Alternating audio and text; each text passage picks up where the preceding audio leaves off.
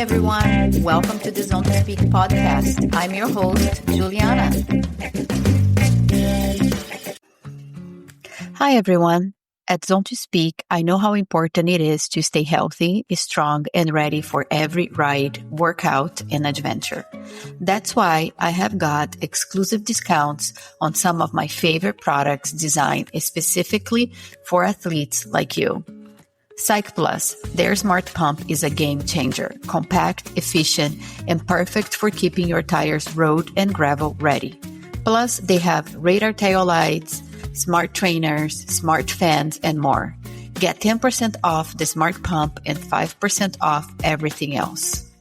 20% off First Endurance, top-tier endurance nutrition for serious athletes or weekend warriors. From hydration to recovery, their science-backed products help you go the distance. 35% off Frey Skincare. Skincare made for athletes, designed for skin that sweats.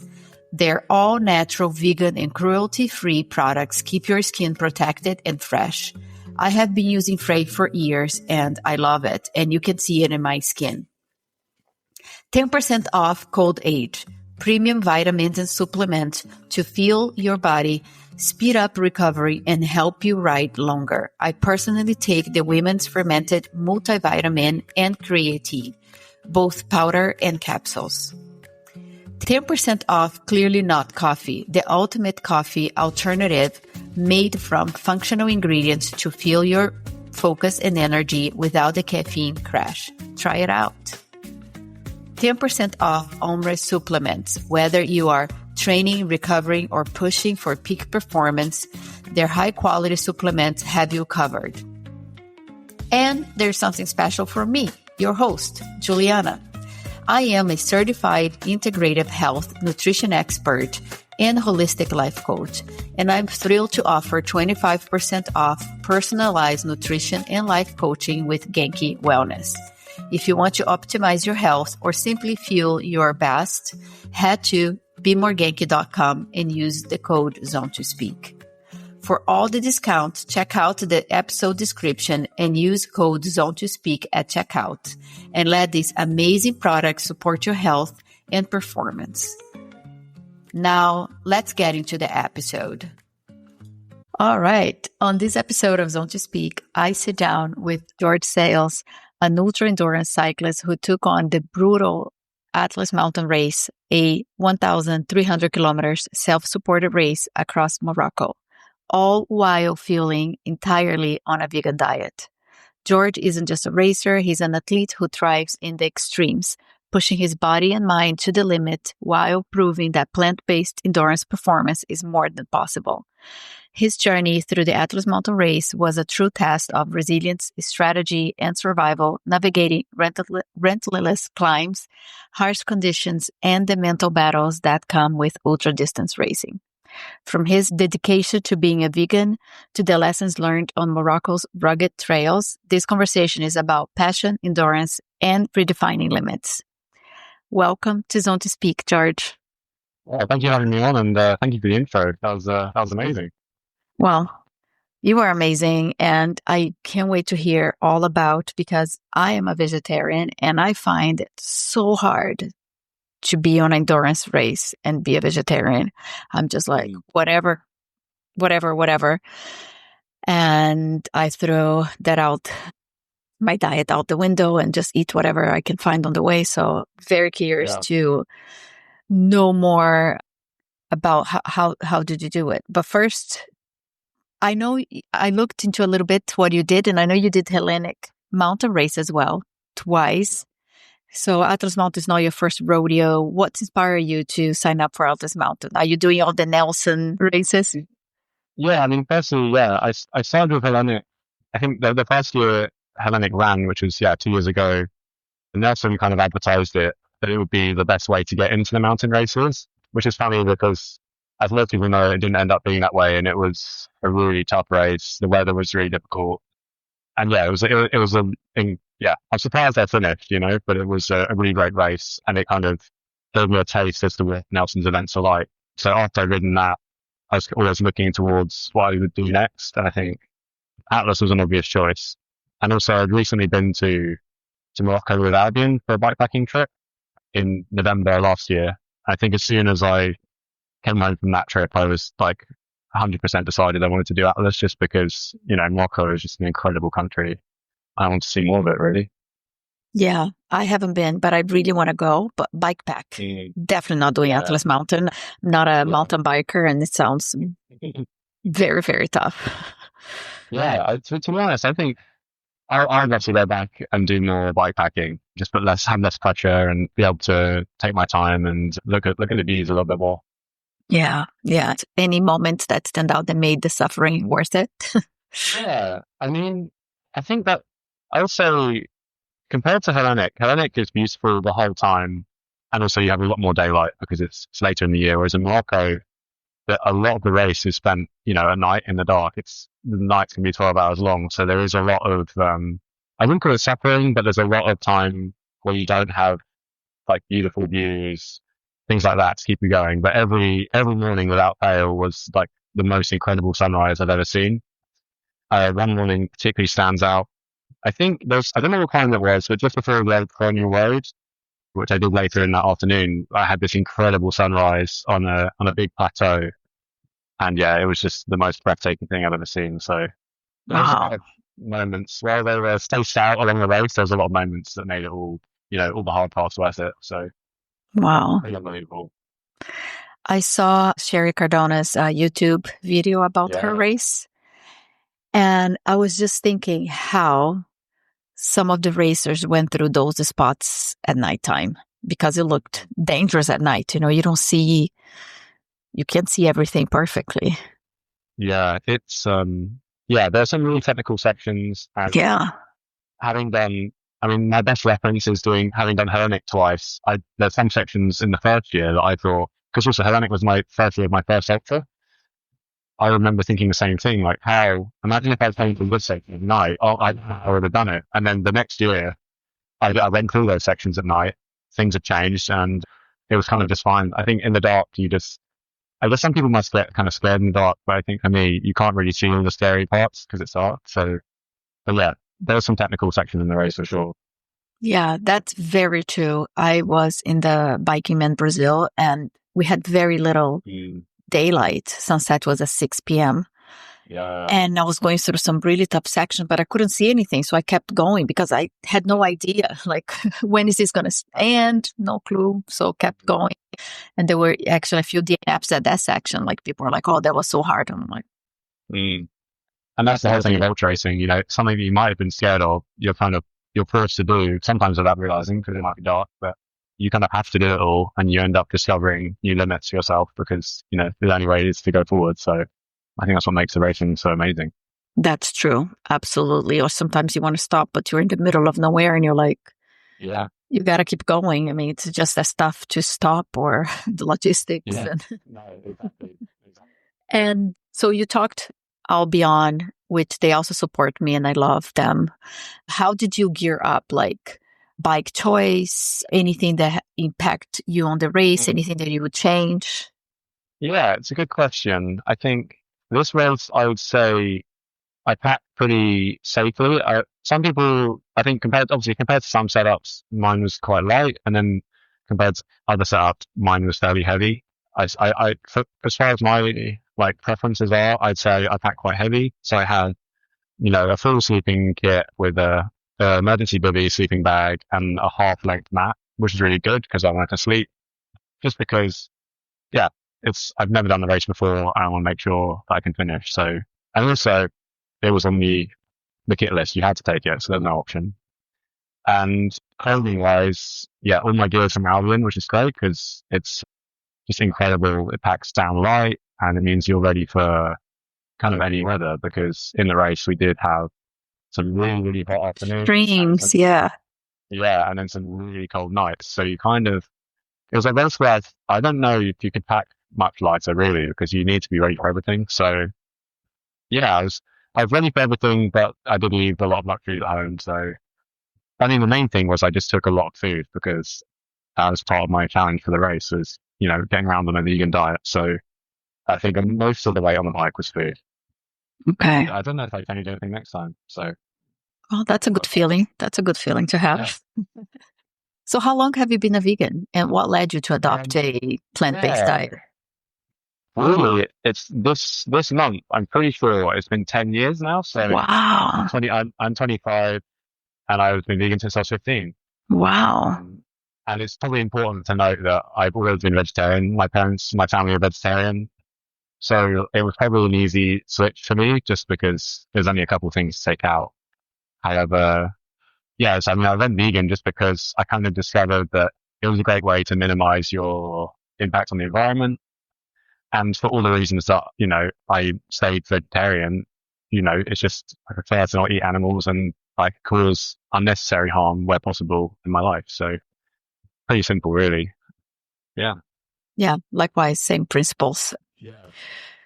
I I did grew up in Brazil, and people are carnivores there, Yeah. but I never found it difficult because I'm just happy to eat all the sides. But I do love eggs, so I think making the switch would be hard for me, but it is something that it's heavy on my mind lately because it's also a terrible industry. But now where I am in Girona, I can find good options, local options that it's a little bit more, what's the word? Yeah. Less cruel. Yeah. No, absolutely. Yeah.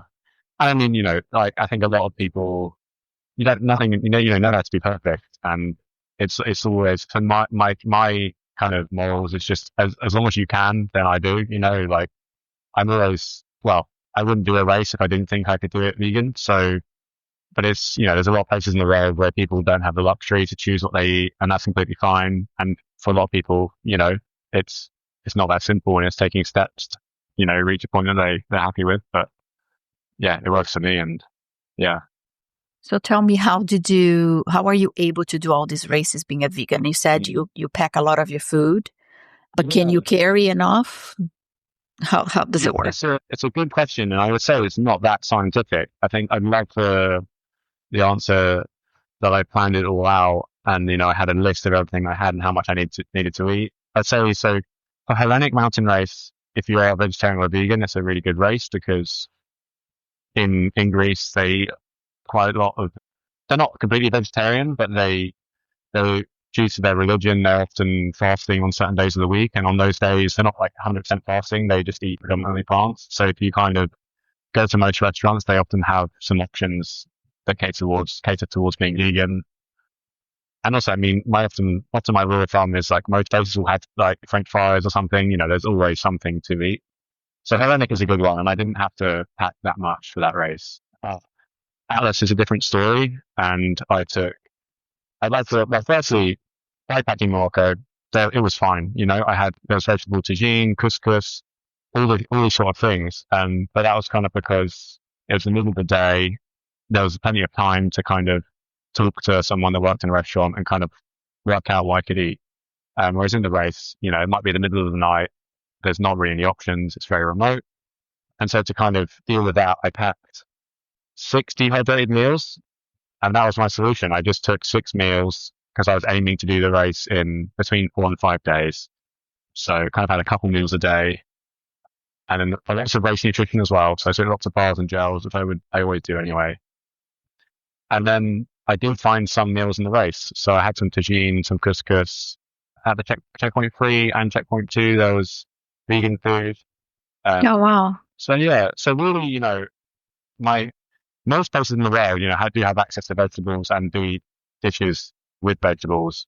It's just, yeah, I think Atlas Mountain Race specifically is known for omelets, and I really Yes. wanted to make sure that I didn't get stuck and have to eat an omelet because more than anything, I'd probably get quite sick because it's been so long.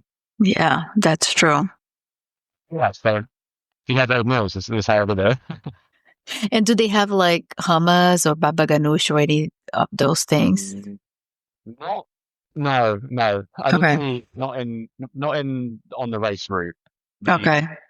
the races you go through, just on the whole, they're so remote.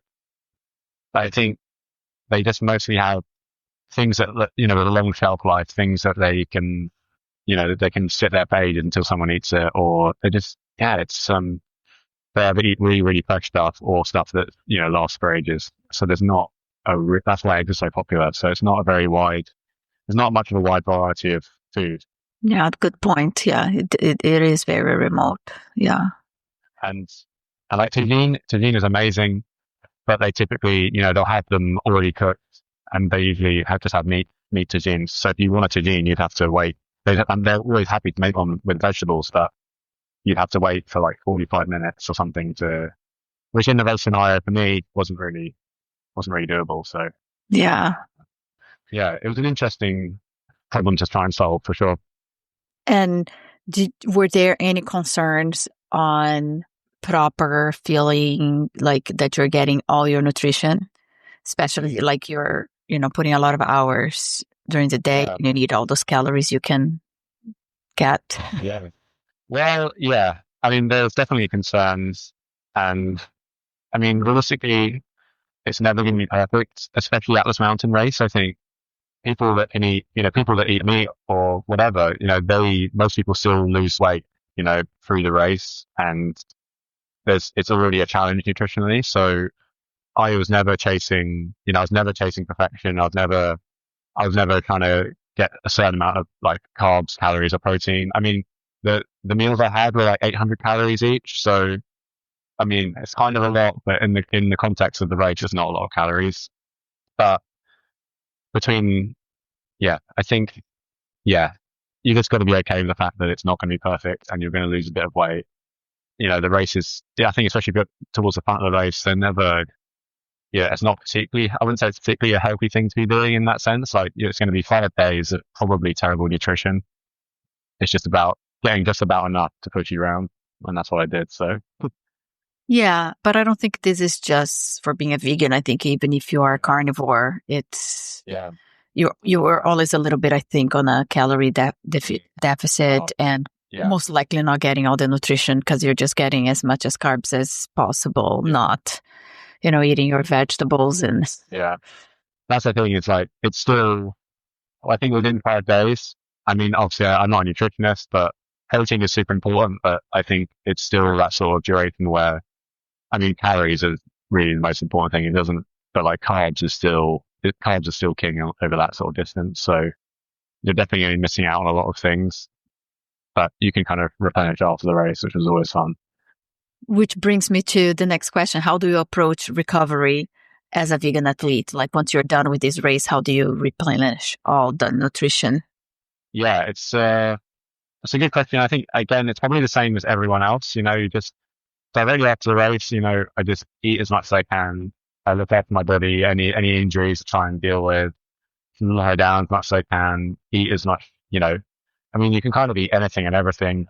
Luckily we finished in a big town, so I ate a lot of tagines, every different kind of tagine you can eat. Some pizza, lots of these things, just you can't eat too much after the race. So I mean, that is the main thing. Just catch up on less sleep and get as many calories in as possible because there's a big deficit at the end. And you said pizza. You usually do what? Pizza without cheese or with vegan cheese?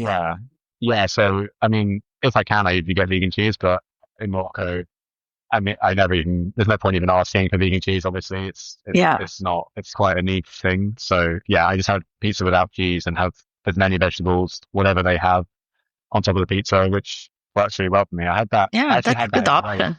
Yeah.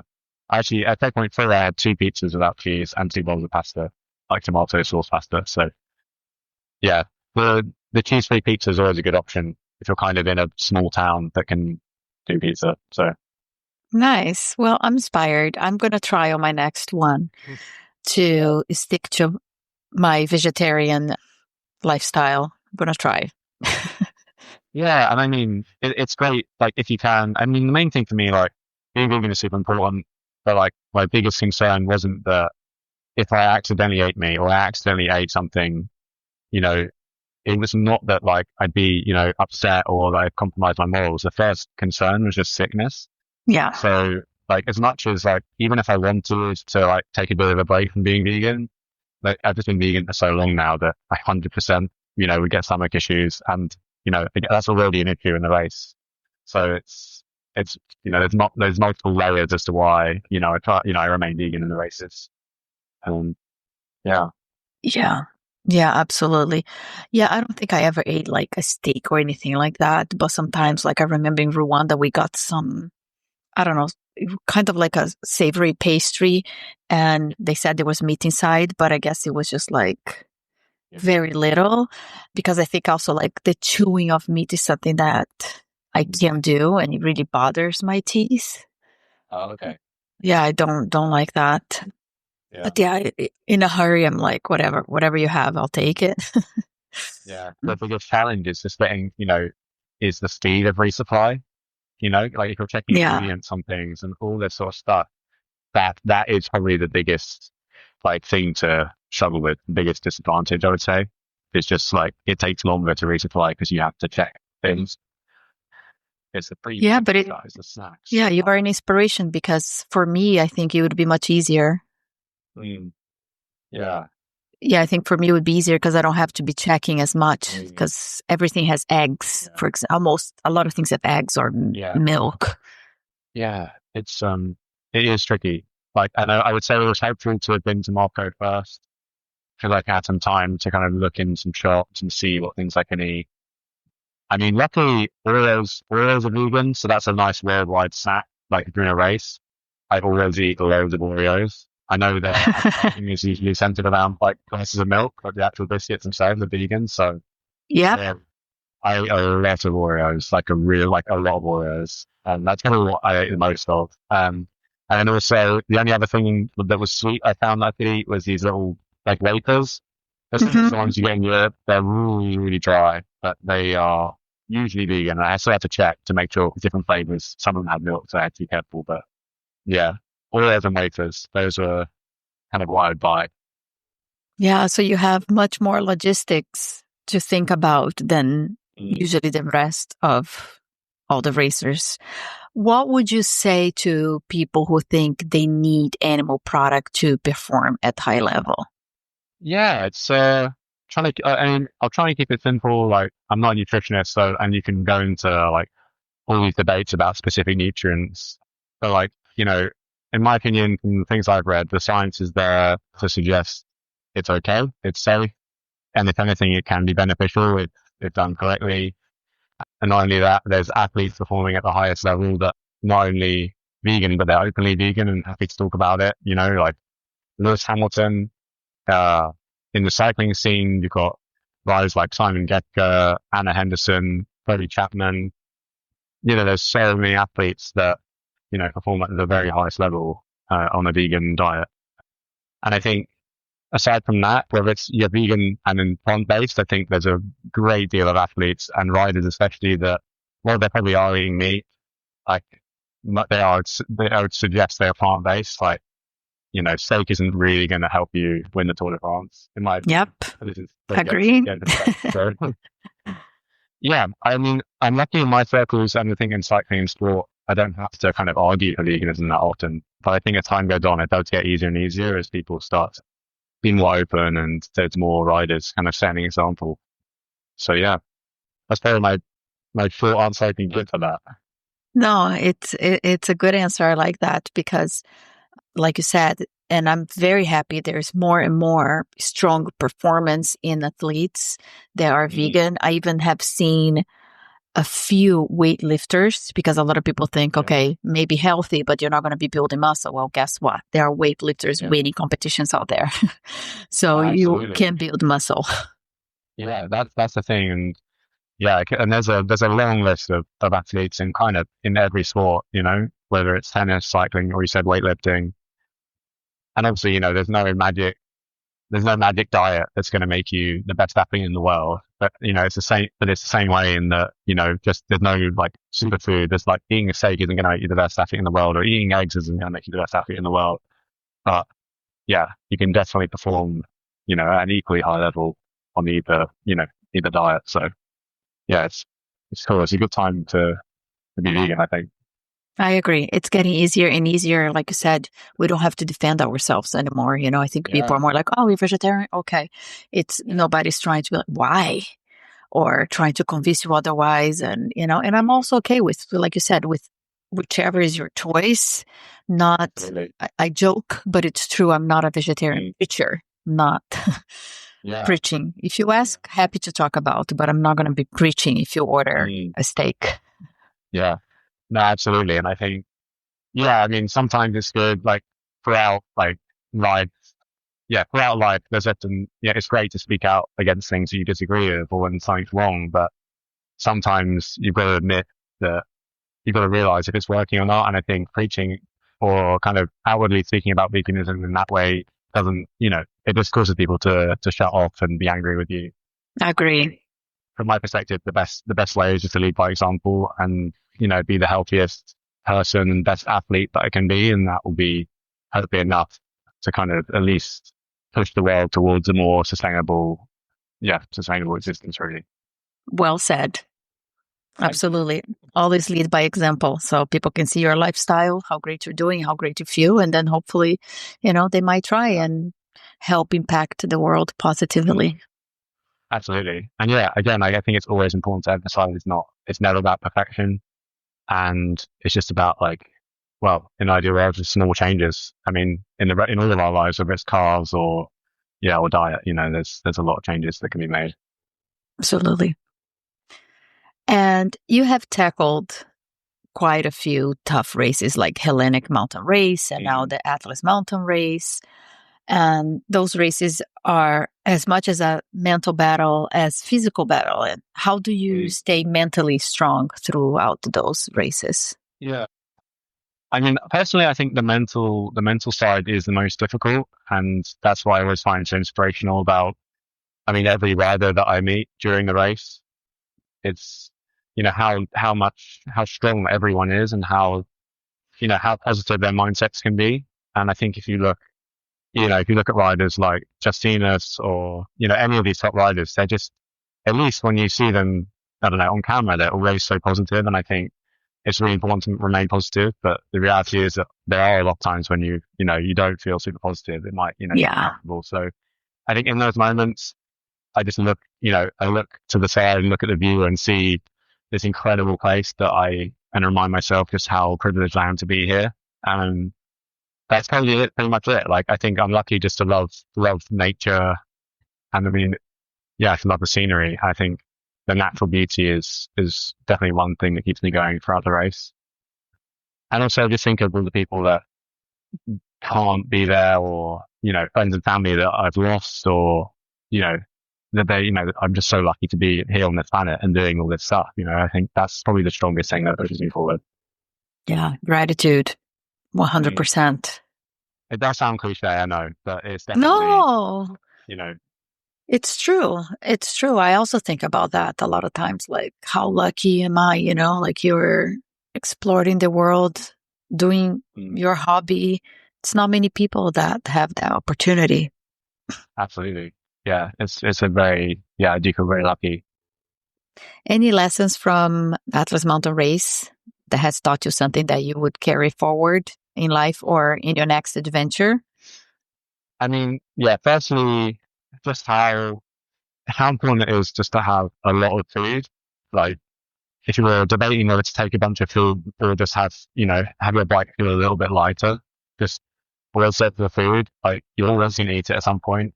You're never gonna be in a race and be like, oh, I just got too much food. Like, that's that's never reality. The reality is always that you wish you had more food. You wish you had something to eat. You wish you had more energy. So it doesn't matter how much the bike weighs. I just take enough food. That's the biggest thing. And then otherwise, I really push my limits on sleep during the race, which is not something I would advise. And, obviously, it's not something everyone should follow and do, but like, I managed to reduce my sleep a little bit and sleep a little bit less than I have done in previous races and still push the pace a little bit, which was kind of discovered on accident, but it worked really well. So it's nice to find just what my limit is on the sleep. And how much is that? How much sleep are you getting? Well, yeah. So the first night I started ambitiously, as in I try and sleep. It's not cool to not sleep. It's best just to do what works for you. So I try. Yeah. So I slept in Murrell, which is quite a popular town to sleep in. And I slept for, I think, 3.5 hours, which okay. and at the start of the races quite a lot. A lot of people slept for less and then carried on going. But then after that, I I did no more than 2 hours a night for the rest of the race. Wow. Um, and I think on the last couple of days, it was more just really short naps, which, Wow. like I said, it's not something for others to try and aim for. Like the best thing to do is sleep loads and ride as fast as you can. But I did find I was just trying to make up some paces at the end of the race. So I thought, let's just try and keep riding. And it was okay. So I think that was all I learned about the sleep is I can reduce it a little bit. But yeah. Hmm. Yeah, it's something I think everyone plays with it. Everyone that is doing endurance cycling, they play with. Like, I think that the no sleep is usually, my opinion, just for the people that finish in 2 days or 2 days and some hours, because obviously you can't go without sleep for 3 days or so. But yeah, I guess a lot of people try to stop at least just for the essentials and the extreme necessary, and then sleep, Yeah. 3-4 hours and keep going. But for you, you pushed yourself, so you slept about 2 hours and then just few naps. Yeah. Yeah. And it may be something that I should, have more of a plan, but I mean, it's worth mentioning, like I said, I started the race with the ambition of sleeping more. And then towards the end, that went out the window and I thought I just want to make up places. So my plan kind of changed and I slept a bit less. So like I did aim to sleep more, but I slept less. So yeah, it just worked. It's, That's the thing about ultras, right? We always usually you have a plan, but that plan is always changing. yeah. And also sometimes it wasn't intentional in that like, I really wanted to sleep, but I was just in a terrible spot to sleep. So, there's one night, it was probably the first night that I started cutting sleep. It was kind of accidental. It was just before checkpoint 3 and there was just nowhere there. I tried to, it was really high up and it was cold. The wind was high and I ended up riding all the way to checkpoint 3 because yeah, there was just nowhere to sleep. Wow. So sometimes it's not choice. Sometimes it's just knowing that if I lie down right here, it's really cold, it's windy. I'm just going to feel worse when I get up. So sometimes it's not by choice. Yeah, you have to go with the elements. And how long did it take you? I know you finished really well on top 20, right? Yeah, it was just over 5 days. I think that's 23rd, but it was just over 5 days. So I'm not willing to go under 5 days, so maybe I had to come back. But yeah, it was tough to get that finish time. But I think I could go a little bit quicker. Well, congratulations. I think it's incredible achievement just to line up and on the start line. I think I do believe that anyone can do these races. Like no matter how, personally, it's not that technical. And secondly, yeah, just if anyone took their time, like, I mean, obviously someone that kind of knows how to ride a bike and is, into cycling, of course. But I think motorcyclists, if you just if they took their time, I think anyone could, ride and finish the race. And I would encourage anyone to just give it a go. So maybe you can do it next year. Maybe. I need a mountain bike first. Yeah, I would say definitely take a mountain bike. Yeah. Yeah. And what's next for you? Any upcoming races, big adventures Yeah. on the horizon? So my next race is in a month's time. It's called Bears Divide, it's another smaller race in the UK. Yeah. It's 600 kilometers coast to coast. Nice. So it's in the north of the country. The weather could be good or bad, or probably both. So I think it's going to be an interesting one to try and push my limits. So while Atlas is still fresh in my mind, to just kind of go all out and see how fast I can go. And then after that, I don't know. I've got a few choices for longer races later in the year, but I haven't yet decided on what I'm going to do. So we'll have to wait and see for those. But I do want to do something similar length to Atlas or maybe longer. So we'll just have to see.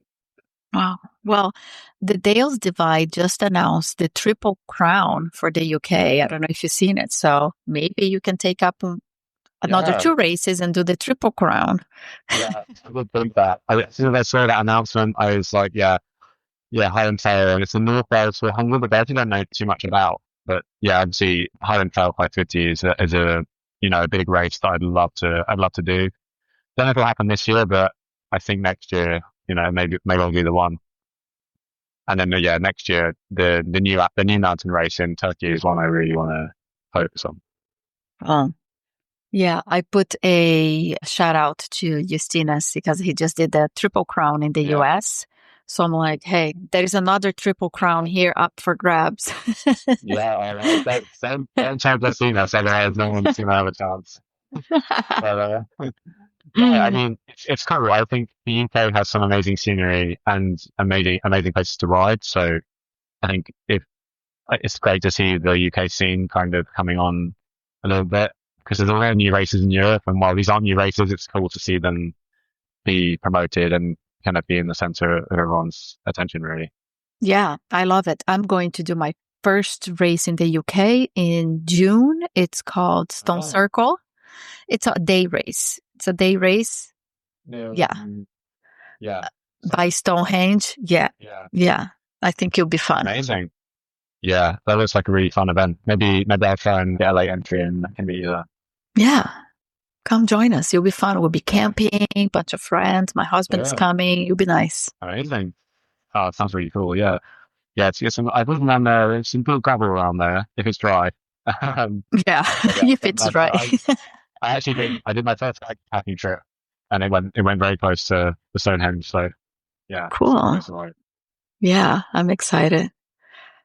Well, George, I am super inspired by you. I'm gonna try to keep my vegetarian diet. I know I said this like 3 times already, but I'm truly inspired, and hopefully you inspire others as well.